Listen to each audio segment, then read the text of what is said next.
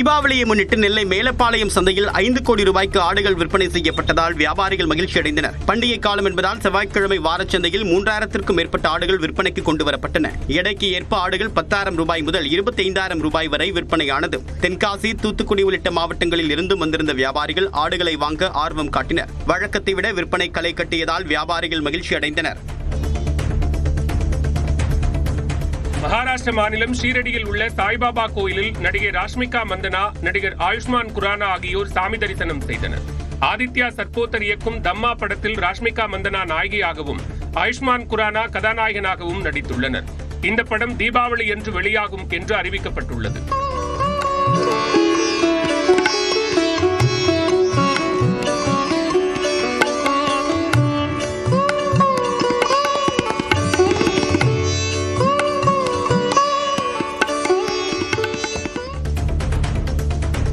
Italy பிரதமர் Georgia மெலோனியை பார்த்து நீங்கள் அழகாக இருக்கிறீர்கள் என கூறலாமா என அமெரிக்க அதிபர் டிரம்ப் பேசியது சிரிப்பலையை ஏற்படுத்தியது. எகிப்தில் செய்தியாளர்களிடம் பேசிய டிரம்ப், அமெரிக்காவில் ஒரு அரசியல்வாதி பெண்ணை பார்த்து நீங்கள் அழகாக இருக்கிறீர்கள் என சொன்னால் அவரது அரசியல் வாழ்க்கை முடிந்துவிடும் என்றார். இதனால் அங்கு சிரிப்பலை எழுந்தது. We have a woman, a young woman who's I'm not allowed to say it because usually it's the end of your political career if you say it. She's a beautiful young woman. Now, if you use the word beautiful in the United States about a woman, that's the end of your political career, but I'll take my chances. Where is she? There she is. You don't mind being called beautiful, right? Because you are. Thank you very much for coming. We appreciate it.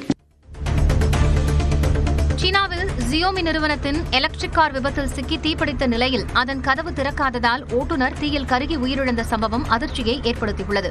செங்குடு மாகாணத்தில் Xiaomi நிறுவனத்தின் SU7 electric காரை ஓட்டிச் சென்ற நபர் ஒருவர் முன்னால் சென்ற car மீது மோதியதாக தெரிகிறது. இதனால் கார் தீப்பற்றிய நிலையில் அங்கிருந்தவர்கள் ஓட்டுநரை மீட்க முயன்றனர். அப்போது காரின் கதவை திறக்க முடியாததால் ஓட்டுநர் காரிலேயே தீயில் கருகி பரிதாபமாக உயிரிழந்தார். சென்னை செம்மஞ்சேரியில் உள்ள சத்யபாமா நிகர்நிலை பல்கலைக்கழகத்தில் நிறுவப்பட்டுள்ள மிஷன் மௌசம் என்ற வானிலை ஆராய்ச்சி மையத்தை புவியியல் மற்றும் அறிவியல் அமைச்சகத்தின் செயலாளர் M. ரவிச்சந்திரன் திறந்து வைத்தார். அறிவியல் அமைச்சகம் மற்றும் புனேவின் இந்திய வெப்பமண்டல வானிலை ஆய்வு நிறுவனம் ஆதரவுடன் நிறுவப்பட்டுள்ள இந்த மையம் நாட்டின் காலநிலை வளர்ச்சியில் ஒரு முக்கிய மைல்கல்லாக இருக்கும் என்று பார்க்கப்படுகிறது. டெல்லிக்கு அடுத்து சென்னையில் செயல்படும் 2வது மிஷன் மௌசம் இதுவாகும். பல்கலைக்கழக வேந்தர் மரிய ஜீனா ஜான்சன் உள்ளிட்டோர் திறப்பு விழாவில் கலந்து கொண்டனர்.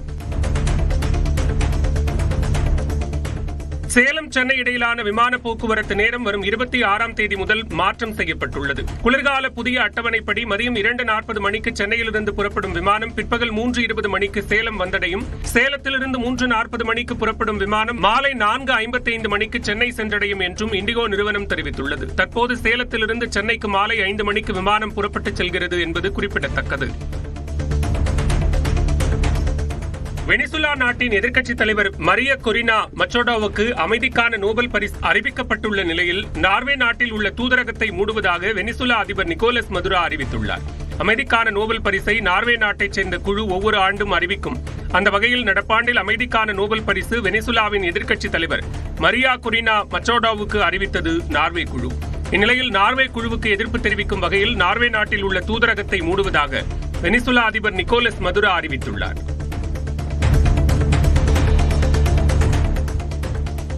அரியலூர் மாவட்டம் பொன்பரப்பியில் ஏரியில் மூழ்கி 2 வயது குழந்தை உயிரிழந்த சம்பவம் சோகத்தை ஏற்படுத்தியுள்ளது. சதீஷ்குமார் என்பவரின் 2 வயது குழந்தை கவினேஷ் வீட்டிற்கு வெளியே விளையாடிக் கொண்டிருந்தார். திடீரென்று காணாமல் போன குழந்தை வீட்டின் அருகில் உள்ள ஏரியில் சடலமாக மிதந்தது தெரியவந்தது. தகவல் அறிந்து சென்ற காவல்துறையினர் சடலத்தை கைப்பற்றி விசாரணை மேற்கொண்டு வருகின்றனர். கிருஷ்ணகிரி மாவட்டம் போச்சம்பள்ளி அருகே சாலையின் நடுவே இருந்த போர்வெல் பம்பை அகற்றாமல் சிமெண்ட் சாலை அமைக்கப்பட்டது மக்களிடையே அதிருப்தியை ஏற்படுத்தியுள்ளது. கோணனூர் ஏரிக்கரை அருகே சுமார் 100க்கும் மேற்பட்ட குடும்பங்கள் வசித்து வருகின்றன. இவர்களை நீண்ட நாள் கோரிக்கை ஏற்று இந்த பகுதியில் சிமெண்ட் சாலை அமைக்கப்படுகிறது. இந்நிலையில் சாலையின் நடுவில் இருந்த போர்வெல் பம்பை அகற்றாமல் அதனை சுற்றி சிமெண்ட் சாலை அமைக்கப்பட்டுள்ளது.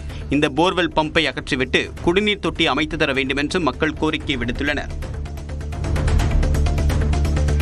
தீபாவளி திருநாள் நெருங்கக்கூடிய நிலையில் திருவள்ளூர் மாவட்டம் பொன்னேரியில் வணிக நிறுவனங்களுக்கு முன்பாக கழிவுநீர் கால்வாய் பணி நடப்பதற்கு எதிர்ப்பு தெரிவித்து வணிகர்கள் மறியல் போராட்டத்தில் ஈடுபட்டனர். நகராட்சி சார்பில் புதிய பேருந்து நிலைய கடை வீதியில் பழைய கழிவுநீர் கால்வாயை அகற்றிவிட்டு புதிதாக கழிவுநீர் கால்வாய் அமைக்கக்கூடிய பணி நடைபெறுகிறது. இதற்காக ஜேசிபி மூலமாக அள்ளப்படக்கூடிய கழிவுகள் வணிக நிறுவனங்களுக்கு முன்பாக கொட்டப்படுவதுடன் ஆங்காங்கே பள்ளம் தோண்டப்பட்டு பாதையில் நிறுத்தப்பட்டுள்ளது. தீபாவளி பண்டிகை முடிந்த பிறகு இந்த பணிகளை மேற்கொள்ள வலியுறுத்தி வணிகர்கள் போராட்டத்தில் ஈடுபட்டனர்.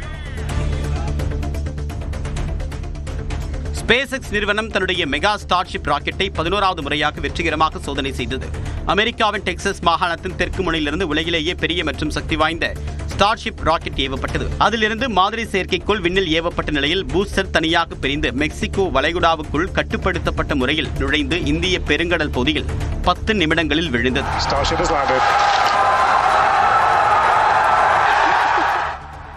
இந்த சோதனையை வெற்றிகரமாக செய்த விஞ்ஞானிகளுக்கு அந்த நிறுவனம் வாழ்த்து தெரிவித்துள்ளது.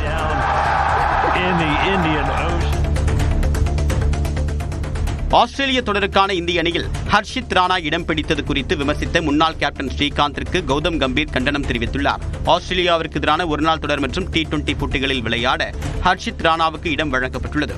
இது குறித்து கருத்து தெரிவித்த இந்திய அணியின் முன்னாள் கேப்டன் ஸ்ரீஷித் ராணா கௌதம் கம்பீரின் விருப்பமானவர் என்பதால் அவருக்கு அதிக முக்கியத்துவம் கொடுக்கப்படுகிறது என்று கூறியிருந்தார். இந்நிலையில் இதற்கு பதிலளித்த கௌதம் கம்பீர் யூடியூப் சேனலை நடத்துவதற்காக இளம் வீரரை விமர்சிப்பது நியாயமற்றது என்றும் நேர்மையாக கூற வேண்டுமெனில் இது ஒரு வெட்கக்கேடான விஷயம் என்றும் கூறினார். ஈரோடு மாவட்டம் கோபிச்செட்டிப்பாளையம் அருகே சாலையில் கழிவுநீர் தேங்கி நிற்பதை கண்டித்து பொதுமக்கள் மறியல் போராட்டத்தில் ஈடுபட்டனர். கவுந்தப்பாடி, புதூர், நல்லாக்கவுண்டம் பாளையத்தில் கடந்த சில ஆண்டுகளாக முறையான கால்வாய் வசதி இல்லாததால் கழிவுநீர் சாலையில் தேங்கி நின்று சுகாதார சீர்கேடு ஏற்படுவதாக கூறப்படுகிறது. இதனால் டெங்கு, மலேரியா போன்ற நோய்கள் ஏற்படுவதாக பேரூராட்சி நிர்வாகத்திற்கு மக்கள் புகார் அளித்துள்ளனர். ஆனால் இதுவரை நடவடிக்கை ஏதும் எடுக்காததால் கவுந்தப்பாடி ஆப்பக்கூடல் சாலையில் மறியல் போராட்டத்தில் ஈடுபட்டனர். ஓசூரில் சிப்காட் பகுதியில் பணியில் நிறைவடையாத மேம்பாலத்தில் இருசக்கர வாகனத்தில் சென்ற இளைஞர்கள் விபத்தில் சிக்கி உயிரிழந்தனர்.